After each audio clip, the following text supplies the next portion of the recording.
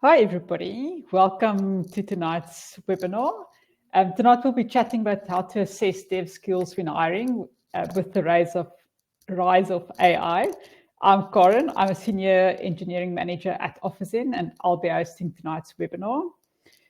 We're waiting for more people to join, so feel free to grab a drink and settle in. And we'd love to know where you are from. So maybe in the chat, you can add your name, where you're joining from, and feel free to add your LinkedIn so that we can connect as well. I'm just going to add my LinkedIn there.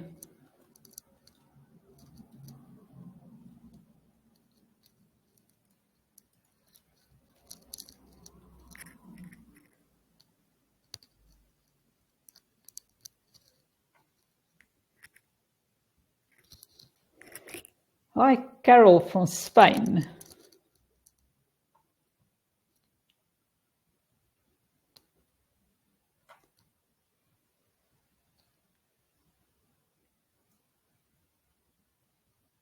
Okay, if you're struggling to find chat, it's on the right-hand side. There's a little chat button that you can press, and you can add your name and where you're joining us from.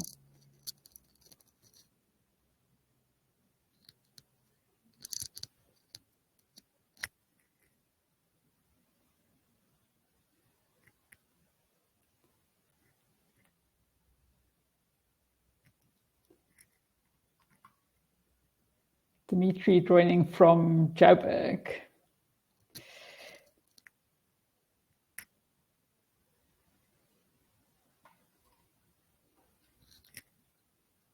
Great, we've got some people joining. I think it's already 3 past, so I think we can get started. So welcome again for everyone that's just joined. I'm Corin, and I'll be hosting tonight's event. Just a few words about OfficeIn. OfficeIn is a developer talent marketplace. It was founded in Cape Town in South Africa in 2016. We have since expanded into what we call Middle Earth, which is GMT +2 time zone, spanning most of Africa and Europe. OfficeIn's marketplace helps over 2,000 companies in Africa and Europe hire curated job-seeking software developers. Companies on OfficeIn can directly reach out to skilled developers with upfront information about their preferred tech stack, salary, and previous roles. And companies on OfficeIn usually make their hires within 25 days on average. We also have a strong focus on community. So we run events like tonight.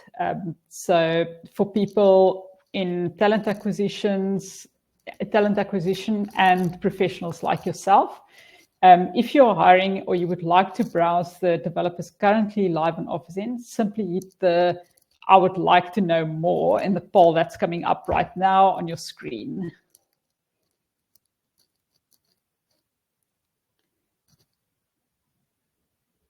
Great. So we have listened to the community and we're cutting through all the noise to help you bring more Zen. Our webinar series focuses on practical takeaways and tips from industry leaders and the latest insights on software development hiring.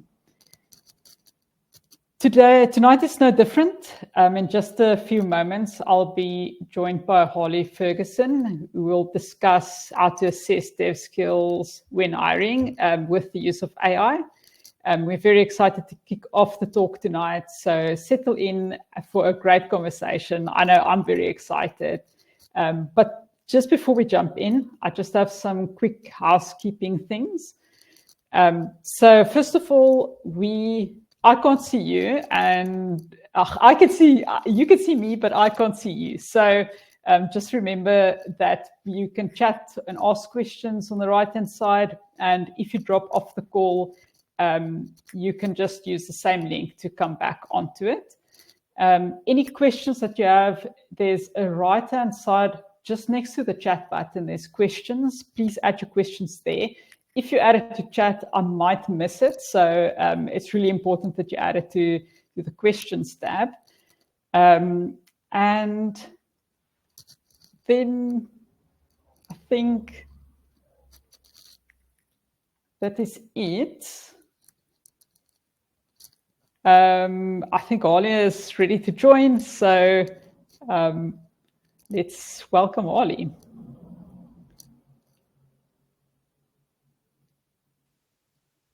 Am I here? Yes. You're in.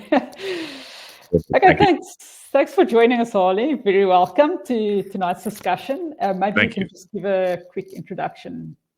Sure. So yeah, I'm Harley Ferguson, CEO and co-founder of Origin Software. We're a development agency focused on working with a lot of startups, local, focused on the South African space. I myself am a dev, started out as an intern back in the day and kind of built my way up from there. I've worked with a lot of awesome companies, a lot of awesome people. I share my thoughts and my insights and my advice, which is completely my own on LinkedIn, and I have a newsletter, so I try and just share as much as possible, and maybe for some people be the person I wish I had when I was starting out, because it's a very intimidating industry that changes very quickly, and I'm sure we'll dive into a bit of that. So yeah, I love to build things, write code, connect with people. Nice, awesome. I'm going to ask you a quick icebreaker question. Sure. So, Sure. What is the weirdest thing that you've ever asked ChatGPT to do? That's a good question. Probably the weirdest one, or the one that comes to mind at least, is that if you've ever met me in person, I'm 6'11", which means I'm about 2.1 meters tall. So look at your nearest door frame and add 10 centimeters. That's how tall I am. Probably the weirdest thing was asking like what sort of diet I should be on if I'm wanting to lose weight or gain. A man in his 20s, like I'm obsessed with working out and things like that, right? So how do I, at this size, put on any form of muscle, or how do I get better at physical things? Because it's just, when you're my size and you have to duck through most doors, you can eat as much as you want, and it's very difficult to gain anything with that. So I think that was probably one of the weirdest questions. I remember seeing it in the history of like how to do this in Flutter, this technical question, this thing about Docker. How do I gain muscle as a 7 foot tall person? That's probably one of the weirder things in my history there. Great, that's awesome. So to kick us off tonight, I thought we can just quickly look at some of the data we got from our State of Dev Nation report, where we looked at the adoption of AI tools by software developers, and we can see that there's been some adoption in companies, and it's definitely more than it was last year. So it's really booming. So that's very interesting, and I thought that's a good view to have starting off this discussion on. So people are using AI when writing code, and how do we incorporate that or acknowledge that when hiring? I think so. I mean, yeah, the stats are crazy, and I think more and more now, since late 2022, when kind of ChatGPT hit the market initially, it's just become a daily conversation, even amongst non-devs. And I think AI is impacting so much of every industry, and obviously for developers, I feel like we're constantly bombarded with various AI tools that are flooding the markets, and you're trying to figure out which ones to use. But things like Copilot and other AI coding assistants, I'm a big fan of Tab 9 as well. I think there's some awesome ones out there. Yeah, more and more developers are just leveraging that to get a lot of things done, right? So it's kind of how do we figure out, and I think that's what we can explore tonight, of how do you assess that? How do you know when someone knows something or when someone is using AI, and what is the difference, and how should you care? I think is also something to explore as well. Yeah, so with that, maybe let's dive into, what's your experience? How is AI impacting your hiring processes? I think the answer is probably multifaceted, to be honest, because they're kind of two parts. There's hiring, and then there's hiring developers. So the hiring aspect, just like I said, AI is impacting every industry. So there's opportunity to leverage AI just with being a recruiter or running a company and hiring people, and that whole process of finding candidates and interviewing them and things like that. So there are a lot of tools out there. I'm not going to pretend to know the best ones. We at Origin, we use Notion for a lot of things, and Notion AI is very powerful. There's also a lot of cool integration tools like Zapier and things like that. Not that that's necessarily AI, but a lot of things around outside of just talking about coding assistants that you can use to improve your process that we've tried, and it helps a lot. So things like we use autopilot for all of our meetings, so that records all of our meetings and pretty accurate transcripts and action points and action items and things like that. That's really good if you're a hiring manager or something like that, or you're a founder like me meeting with a candidate, and you want to be able to share kind of the highlights of the conversation. But also, like me, your short-term memory is utterly terrible, so you can't actually remember all of the highlights from the conversation to chat about, with the rest of your team. Are they the right candidates? So tools like that are quite useful. So I think there's that aspect which just business operators should explore, how you can streamline the process and make the process easier. But then specifically hiring developers, yes, when we've been hiring, it's definitely been thinking about how can we tell what's been AI generated, and is that wrestling with that initially of, is that a good thing? Is that a bad thing? Should we not be allowing that? Should we actually be backing it and allowing people to use AI in any which way? So we have a form of a structure that we're kind of following when we're going through the hiring process. I think we can break that down a little bit. I don't know if you want me to dive straight into that, or if there's a follow-up question based on anything I've said. Yes, yeah, I think let's dive into that, because I would be very interested to know, if you start with the first part of hiring, the CV. I see that some companies don't allow people to submit CVs that's been generated with AI or partially generated with AI. Is that something you guys check for at all? Not really. I think so much content, and whether that's just thoughts that you're sharing or a CV that you're submitting it towards a company, have AI influence. And it's what's the difference between using AI to help you, or you have a professional writer in the family, or you have a ghost writer on retainer who just spruces it up for you. As long as you're not lying about your experience and your skill set or something like that, there's really no difference, in my opinion. It's still the same ingredients. Maybe just the presentation of the metaphorical cake is a bit more appealing, but it's still the same ingredients under the hood. So we definitely don't deter any of that, or we say, no, we want you to tell us in your own words how difficult your last job was or something like that. No, we let AI help you out, because ultimately it's we all kind of have this layer of AI or technology in front of us now. The concept of the digital persona. I think now we're also all developing an AI persona, where I'm 100% going to take your CV, especially if it's multiple pages, and throw that through my own model and tell me, like, what are the highlights or what are the talking points. So it would be hypocritical for me to say, no, you can't use an AI for CV generation or anything like that, as long as it's honest. Yeah, I do agree with that.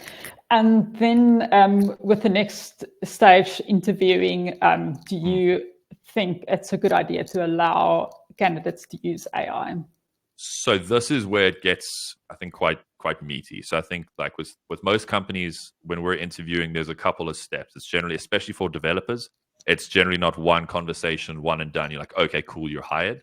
There's a lot of other things to think about, like their actual aptitude and their approach and problem solving, as well as cultural fit.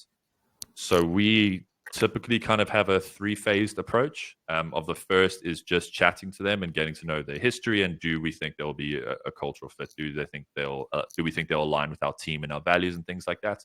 And that you can generally tell pretty quickly. And if we feel like that's going well, we'll mature into kind of the second phase, which is for developers in particular, a kind of pseudocode. Here's a problem, just walk us through it, regardless of syntax or any specific specific stacks or languages that you're using. Just walk us through how you would solve this problem. And if that goes well, if it's going really well and we're hiring specifically for, say, a front end or something like that, then maybe we would have an assessment we would want to show them and go through in person. Like, there's this problem on this page. Can you identify it? Can you solve it? How would you clean up this code? This is all dependent on the level, so of the individual. I'm generalizing a bit. Where the big debate and the big kind of thinking around how can we allow for AI came around with the take-home kind of exercises, right? So if a candidate's really good and you really want to kind of get a good idea of their level, maybe that you're advertising for an intermediate, but heck, this person looks like they could be a senior, and you want that. The take-home exercises can really show that. And we feel that, you know, when the first car with an engine was released, the horse and carriage people were going like, no, that's not gonna take that. That's, you're gonna go too fast. You can't use that. And then 30 years ago, the internet started becoming a thing. And then 15 years ago, like, that became every household. Most households, at least, you know, in the middle class in South Africa, had a computer and had access to the internet. So then schools were going, do the kids still have to go to libraries to get the information, or can they use Wikipedia? And eventually it just became normal, right? The conversation around that just stopped because everybody was doing that. And that's what I feel is happening with AI now. So with that mindset of how can we embrace this while fully being aware that we don't want people to hide behind AI or hide behind or be falsifying their abilities, is with take-home assessments, we say, cool, go work on this a week or two, whatever it is.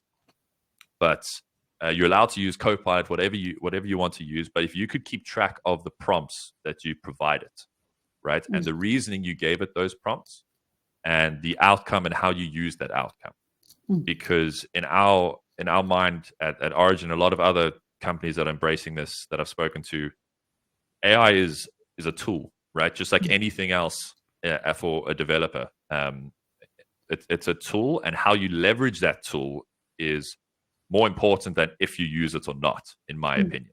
Because most people are going to end up using AI. So then it's going to become, how good are you at using AI? Just like, how good are you at Googling something? I mean, my parents are terrible at Googling things. They literally type out every word with a question mark at the end. And I'm like, you can just be like, when is this? You don't have to say, hi there, when is X and Y happening, sort of thing, right? So I think that there's efficiency with AI, and that's what we're looking for. How are they using it? Why are they using it? And what are they doing with that information? So we have like a spreadsheet that we provide with a bunch of columns, trying to make it as easy as possible, and they can just provide that, and we trust that we hope that they're being honest. You know, all of these different coding assistants have their own best practices. So sometimes you can see, we've had one where if you use Copilot, it will anything that's a variable, it will do the / for, at least in JavaScript or React, where we do a lot of work. It'll do / for the comment, and then it'll say, or adjust this to whatever value you need. And we've had those like submitted, and the person was like, no, I didn't use any AI. I was like, okay, you're not exactly a cultural fit. So that's kind of our approach of have the normal coffee conversation, the pseudocode conversation. How would you tackle this problem? But fully understand that they're going to go home and have access to AI. And just like when they're working with you, they're going to have access to AI. So why limit that? Why try and just go based on what their raw abilities are instead of what their abilities with this tool, with this jetpack that can take them higher? Yeah, long answer, but that's kind of our thinking. So that's very interesting. One thing that I struggle with is, how do you then assess the level of that developer? How do you know whether or not they're junior, intermediate, or senior? Because they are augmented by AI. So what changes do you see in the skills, and how do you know which level that developer is at? I think determining the level of a developer is the single hardest thing that this industry has ever created, and it will never change. I've worked at some awesome companies, and for years we spent time figuring out, is this how you assess people? And then you build out a system and you run people through the system. You go, okay, wait, no, but that we all feel that guy's a senior, but it's putting him as an intermediate, so the system's wrong, and then change it. I think with AI, it's no different. It's very just like I said, all of the AI coding assistants have their own best practices. So the outputs of what they're suggesting is going to be fairly consistent, whether you're a junior or a senior. But I think ignoring the AI aspect, it's about how they tackle the problem. Like I think most developers we just see ourselves as problem solvers, and code and all of the things associated with code is our toolbox. And it's about knowing what to use when. And I think that is more the approach. So I think having a good set of questions that are maybe somewhat open-ended, and asking those questions and seeing how they walk through that and how they approach that problem, that, for me at least, in my opinion, helps me to kind of figure out what is the difference between this person being an intermediate and a senior, because I think it is virtually impossible to tell that after a couple of conversations with someone, even if they do a take-home assessment. Even before AI, I think it was very difficult, unless the person is a very seasoned senior, to tell, are they on the brink of intermediate or senior. I think that's the most common kind of trip up that we have. You can easily differentiate a junior from a senior, but that intermediate bordering on senior, that's where most of the frustrating conversations I've had around progression and people maturing, that's where it kind of happens. And the same goes for hiring. Of, this person says they're a senior, this looks intermediate, but how can we tell? So my answer is, I don't have an answer. It's far too subjective for every individual and every company, and every person has a different I believe every person has a different standard that they kind of hold other developers to. So everyone's not going to fall in the same box. It won't be consistent. Okay, that's interesting. So maybe just to back up a little bit, back to where you were talking about the prompts that they then submit to you. How do you use that? How does that come in with how you assess the candidate? Yeah. So again, it is material for us to try and figure out how they're going about leveraging AI. And the output generally tends to be the same, but it's about, if they are prompting every single thing, then it's kind of, okay, sure. Sometimes I really don't want to center this button for the 100th time, this week or something like that. But if they're prompting every single thing, I think that kind of gives it away. And the best thing that I've seen is when they ask the coding assistants, how can I do this better? Or is this following best practices according to the rest of the repository? They have the answer. They've figured it out.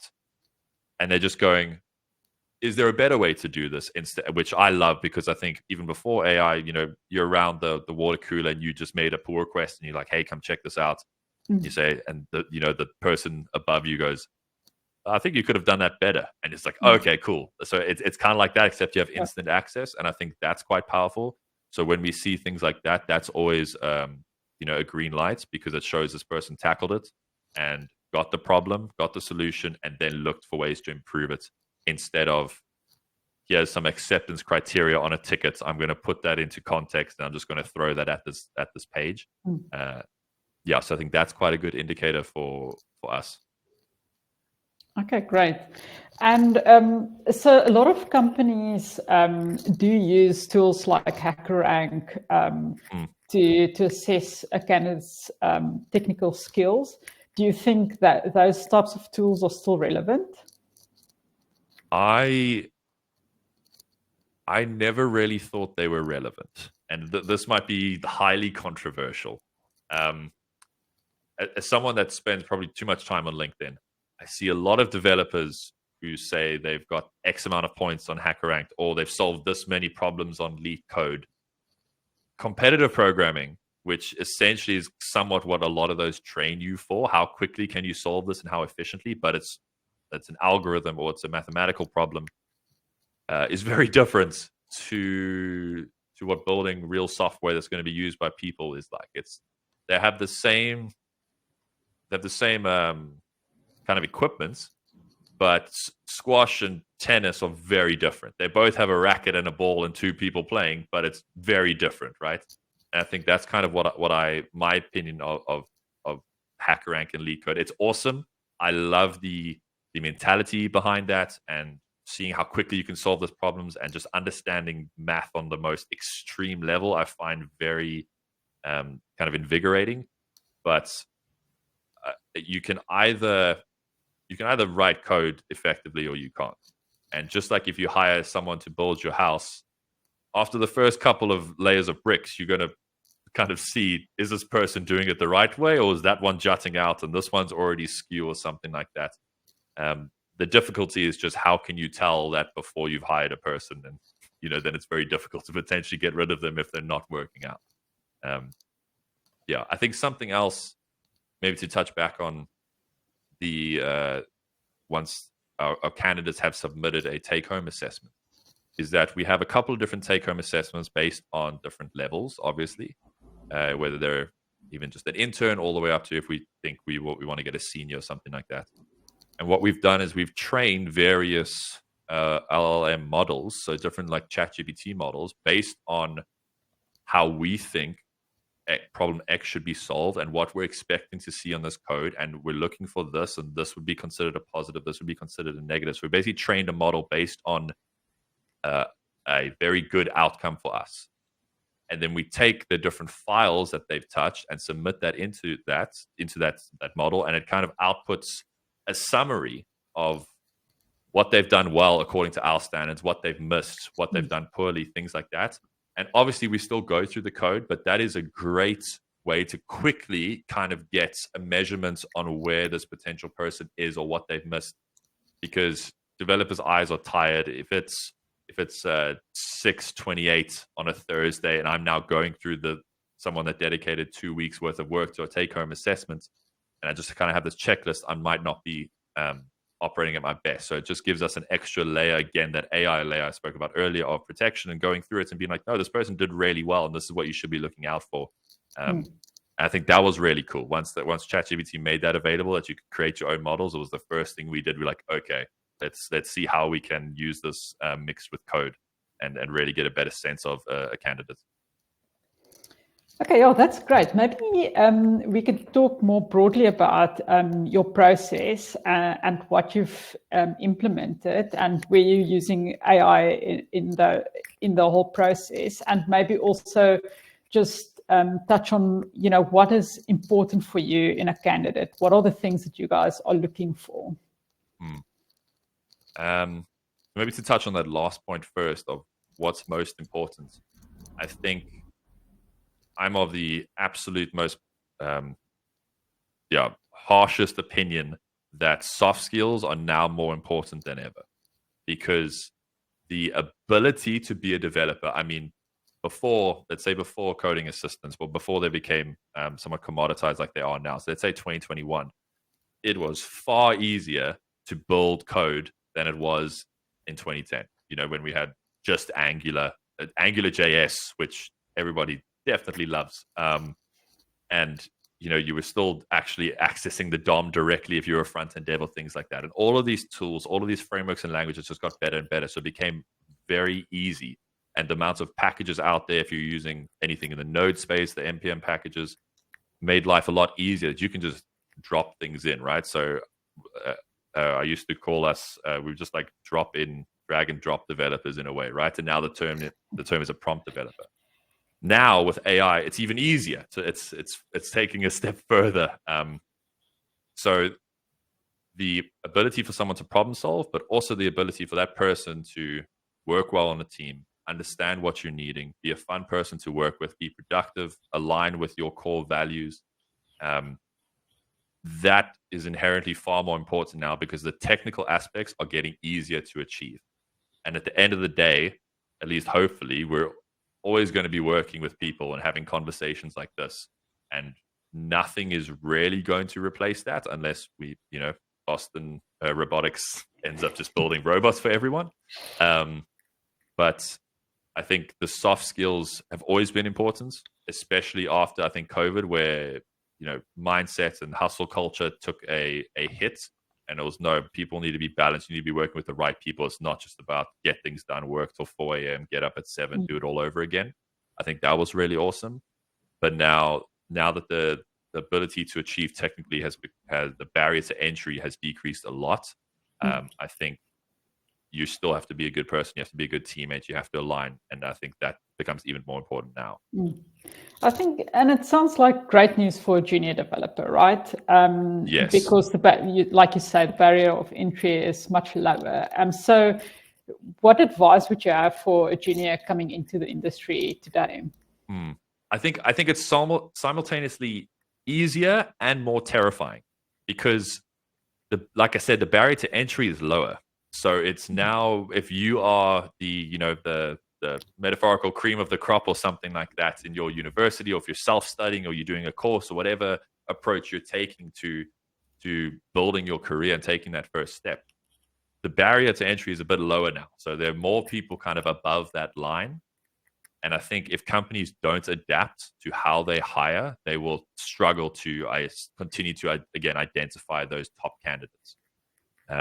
My advice for juniors, and I think I've been saying it for years, and I don't think I'll ever change it, is just be happy with failure. Just have a growth mindset, because the amount, I remember my first job, day one, I studied, I'd done course, I've been coding since I was 9, but when you're coding as a kid, you're just doing Python in a single script, right? And when you're at university or college or something like that, it's very isolated to one particular thing. And then I open up my first repository and I see package.json, and I see the Docker file, and I see the prettier.rc, and I see all of these files that I have no idea what they are.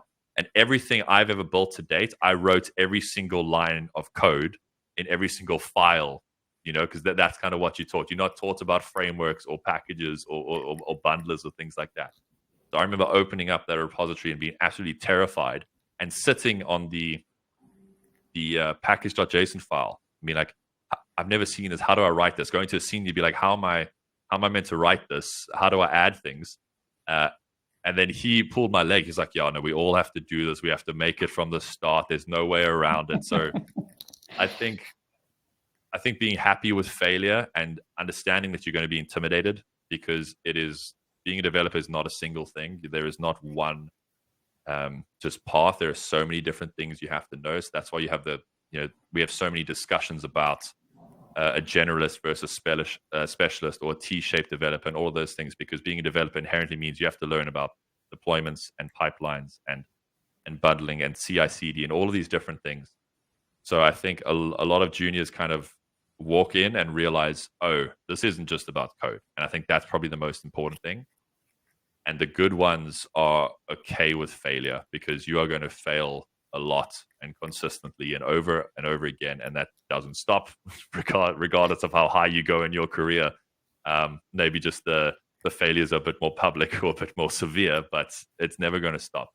And I think that's the advice that I can give, because if you have that approach, regardless of what stack you're in or what company you're at or what AI coding assistant you're using, I think you'll just persevere. And that's what we look for when we're hiring interns and things like that. We want someone that, we don't care about the skill level as much for interns, because you can train, and again, the barrier to entry is lower, but someone that has the right team alignment, and that they're going to fail, but they're going to enjoy it because they learned something, hopefully. Yeah, so maybe just one thing you mentioned in the beginning is companies needing to change the way that they identify great talent. And you sort of alluded to it now with the things that they can be looking out for. So what did you mean by that? That how can companies adapt and how can they identify great talent? Again, I must be a terrible interviewee because I don't have a single answer. I think my experience is very subjective, and I think I've somewhat spoken to how we're trying to do that. I will say that the best developers that I've worked with started out either in my company or the company I was at before, or even the company before that. They started out as juniors there and built their way up. I think you see a lot of people kind of hopping between jobs, and you can kind of read that off the CV that it's that sort of approach. I think the best developers I've worked with have been people that you can tell are in it for the long haul, while it's a mutually beneficial relationship. Obviously, there are a lot of companies that take advantage and people are underpaid or whatever the situation is. But I think you can the one piece of advice maybe is I'm hiding in this is that you can sometimes tell if this person is trying to use this as a frog leap or a stepping stone or something. Whereas someone that especially with juniors, maybe because I spent a lot of time working with juniors and hiring juniors and interns. Someone that's in it, they really are going to commit to this and they're not looking to just put this on their CV or something like that. But otherwise, Karin, it's how to identify talent. If I had the answer, I would be the very wealthy man, right? I would be selling that book and that course to every company out there, offers then included. I don't think it's too subjective based on what you need and what problems you have. Every company has different problems, so the candidates, what works for each for your company is different per candidate as well. Yeah. Okay, so coming back to the use of AI, so we saw that a lot of developers are using AI in their job today. Yes. So, do you assess for their ability to use AI in their job? So, you sort of talked about the prompts and how they use the prompts and how you assess that. But do you look for specific skills there? And how do you know if somebody's really great at using AI versus not? So, yeah, the prompts are kind of telling. First off, if someone is leaving AI comments in their pull requests, you probably shouldn't. It's kind of an unwritten rule that everybody's using AI coding assistants, but we're all taking full credit like we wrote every single line ourselves. We're not. You shouldn't be leaving those comments in there like I spoke about earlier. So the prompts are quite useful. Again, we're very, we're half a year into kind of figuring out this process, and it's constantly maturing, and you're having to update it as all the coding assistants update and things like that. But we found that going through the prompts and how they use them, it was the most beneficial because it's somewhat like having them speak through a problem themselves and chatting about what issues they're finding, and kind of like the old discover your own journey sort of books. That approach of this led them there, which led them there. And while the old, not even the old, but the approach of just being in a room and having a whiteboard and say, cool, can tell me about this or solve this, and they would go draw that and you have them speak through it. We find that doing the prompt approach for AI is kind of how we can bridge that gap of taking it a step further. We know they're submitting a coding assessment, but we have no idea what is AI generated and what's not, and how they used it. So what the prompts do just kind of gives us a couple of dots which we can then draw the lines. And in terms of what good, we're still, I guess, defining what good AI coders look like. Inherently, it's quite difficult because AI can interpret through what you want, through all of your spelling mistakes and your improper grammar, and you mislabeled the method, but it understood what you were talking about. So it's very forgiving. And I'm definitely a culprit of that as well. I think seeing, and again, sorry, I apologize. It feels like a generalist answer, but seeing how they they created that through line of thoughts and the prompts and how they used it is the most important part. And like I said earlier, of outside of solving the particular problem that they had of write a function that's going to connect to the authentication service and log this user in or something like that, is there anything else that they did to help improve the code base as a whole? Were they researching standards, or were they using it to implement standards or make this file consistent with other files in the repository or things like that?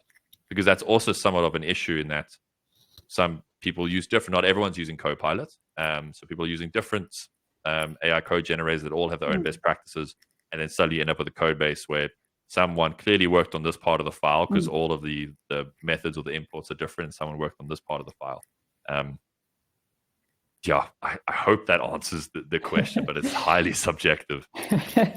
No, I mean, that's in the nature of interviewing, right? It is very dependent on your context. So I was wondering if everybody should be assessing people for their skills in using AI assistants. Do you feel like everybody should be doing that? I definitely think so, because it's pretty much guaranteed that any developer that has somewhat been on the general internet is using or knows about AI coding assistants and how they can be useful and how they can use them in their day-to-day to be more productive and get more things done or work faster or just have higher quality of output. So if you're not leveraging a potential understanding of how they're using AI, you're just going to be overwhelmed with, wow, all of these developers must have studied at the same place or watched the same video, done the same course, because all of it's very similar or something like that, right? So I think just like, the market is driven by consumers. So the developers are the consumers. So we are dictating what products we want to use and what platforms we want to use, what tools we want to use. And as soon as AI was announced, it was, we want this for code. We want this for code. So that's where the market went, right? That companies kind of started focusing on that. And now it's on the responsibility of business owners or technical reviewers or developer managers or anything like that to now catch up and go, okay, cool. We understand people are using this. We can't stop it. The jack is out of the box, and it's a part of everyone's life now. So how can we use this to still do justice to the individual and not just presume everybody's the same, and definitely not discredit them for using AI? If I got a CV from someone, or if someone completed a technical assessment and said, you know what, I didn't use AI for this, I would say, like, pat on the back, I respect that, but why?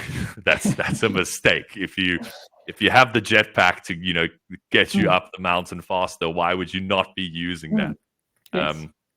So I think that's quite important. And again, for every company, it's going to be different how you want to use AI and where you want to use it based on your hiring process. Every company has a different hiring process.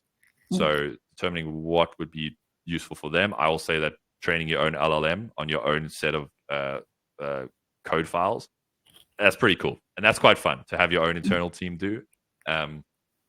So that's one suggestion I would make that I think every company could probably benefit from. But I think everything else is it's going to be on a per case basis. But definitely companies need to be using AI, and outside of just dev, just in every aspect that you can, please leverage AI. It is a very powerful tool. And if AI takes over, at least that we have this recording that I've been advocating for them, and they'll have mercy on me, Austin is actually asking an interesting question, and he's asking if a dev should add prompt development to their tech stack. I'm presuming on their CV. Okay, yeah, I know Austin. Hey, Austin, dude, thanks for joining. I think it's somewhat implied, or I'd presume it to be somewhat implied, but that might, to me, I might laugh at that, to be honest, if I got that on a CV, because it would feel like there's an architect that can build a building, but they're also letting you know they're really good with Lego. Like, just putting that out there, I can build anything you want with Lego. I can also build skyscrapers, but I'm really good with Lego. It would feel somewhat implied that if I see a CV and I have a conversation, I can see this person understands problem solving. I'm going to infer or presume that they're up to date. They know what the latest tools are. They're using AI coding assistants just like they would any other tool when Docker first came out or anything like that, right? Do you think they should add which assistants they've used previously in their job, like saying that you've worked with Copilot? Yeah, I think maybe, and I potentially misunderstood Orson's question. I wouldn't list it as a skill. I think maybe if I misunderstood that way, I definitely wouldn't list it as a skill.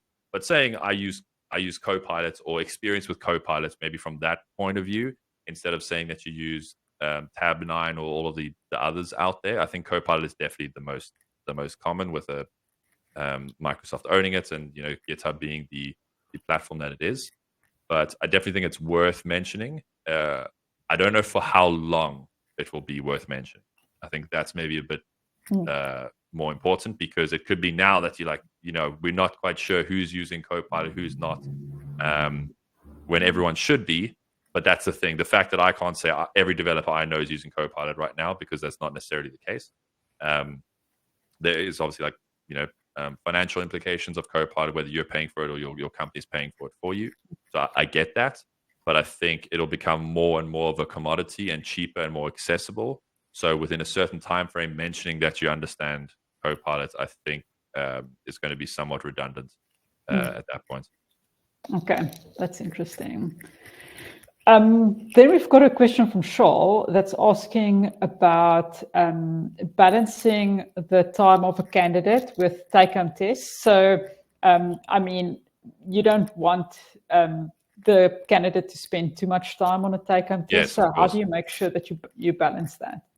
Yeah, I was doing take-home tests when I was looking for a job a decade ago, and it was daunting, because you tend to end up with multiple at the same time if you're doing your interviewing job well. So you go, oh, I've messed up now, and every company tends to assume that you would be lucky to work there, and they're obviously the only company that you're chatting to and something like that, which is obviously not realistic.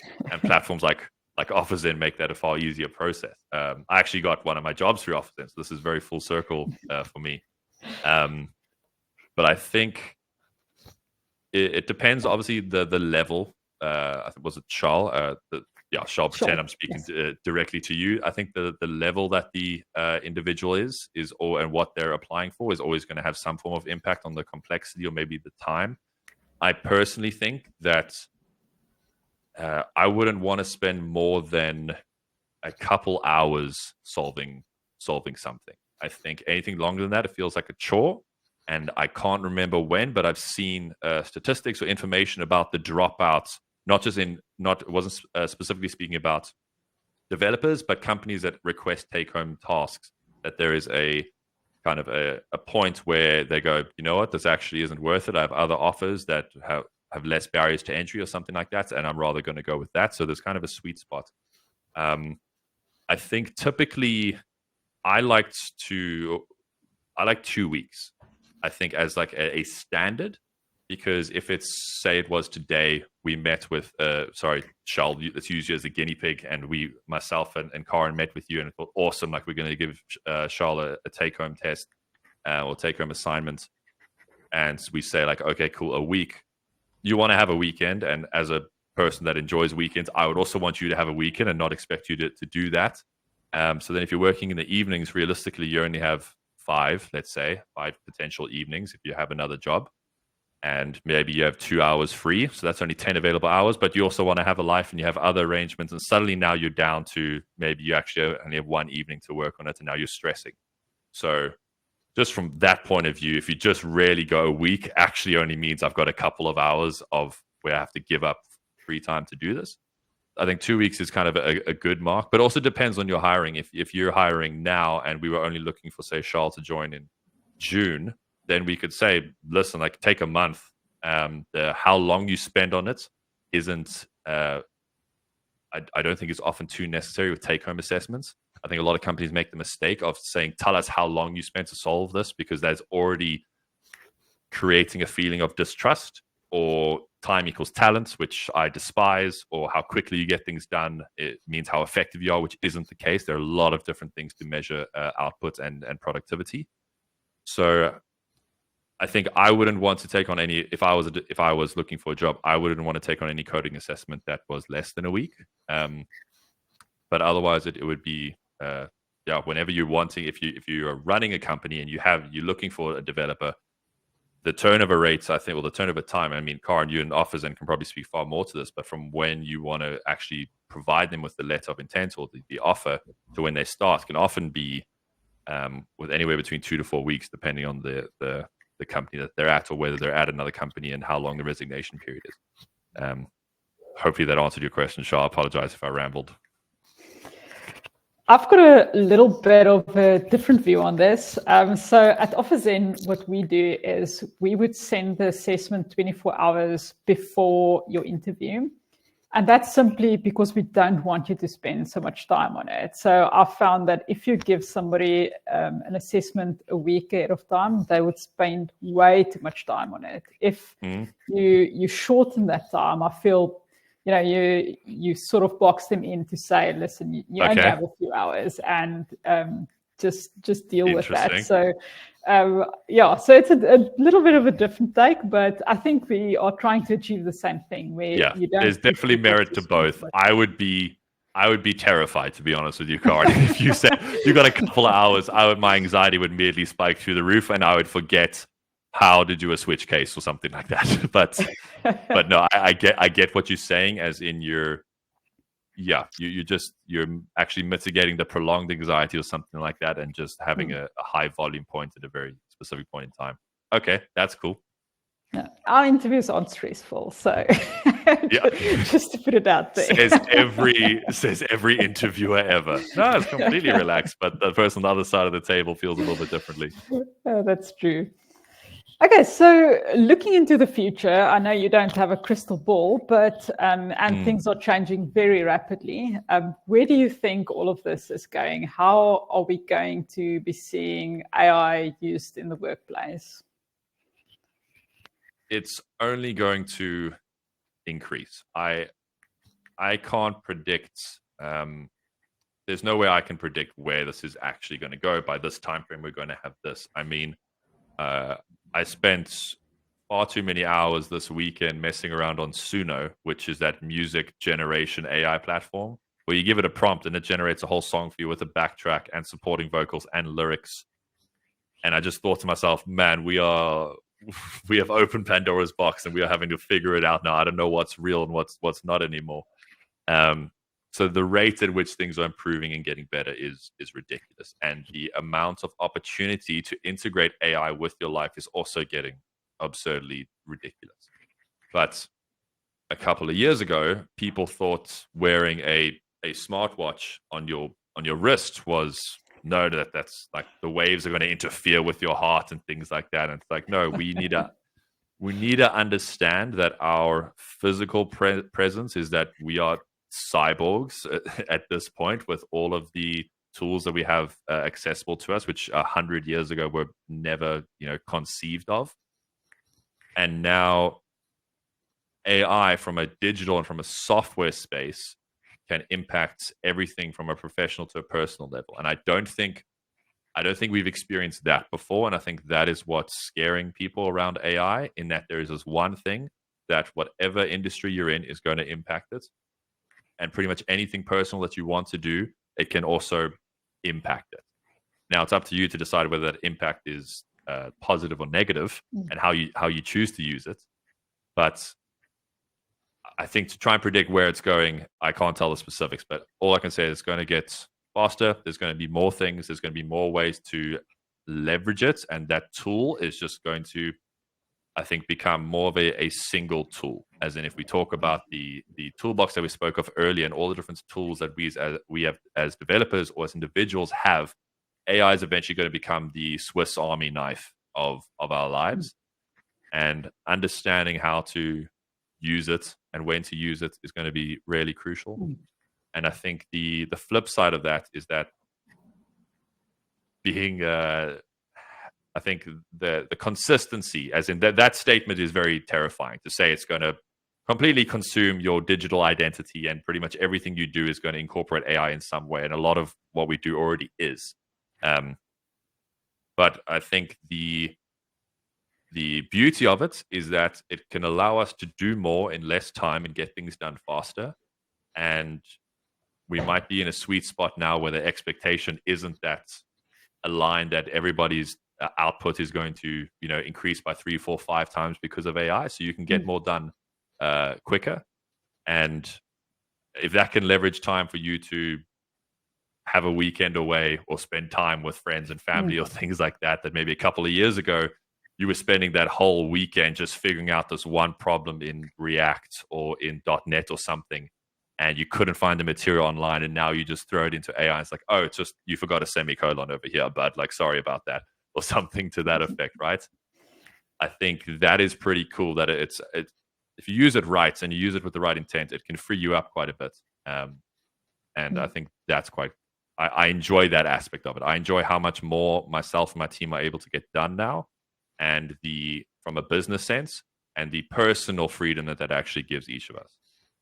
Bit of an existential answer, maybe, but it's how I think about it. Awesome, great. Yeah, actually, there's I think it was the 50s, there was this economist who predicted that in the future we would be much less busy because of all the automation happening at that time. And in the end, what happened is we were actually more busy. So maybe that's just going to be go the same way with AI. Yeah, no, I think there's a concept of the hedonic treadmill, which is where we just create work for ourselves, and we always feel on a scale of 1 to 10 at about a 7, regardless of where we are. And I think AI is doing that we're getting more done now than ever before, and it's still like, no, it's not enough. We need to get more things done. It really just comes down to your perception of it, I guess. Yeah. Thanks, Ollie. It was really awesome chatting to you tonight. Thank you. For everybody, we have many events that we host. If you would like to join any of our upcoming events, there's a poll that's come up onto your screen.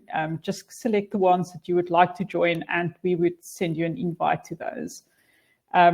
So thanks again, Ollie, and thanks to everybody who joined us tonight. Enjoy your evening. Cheers. Thank you.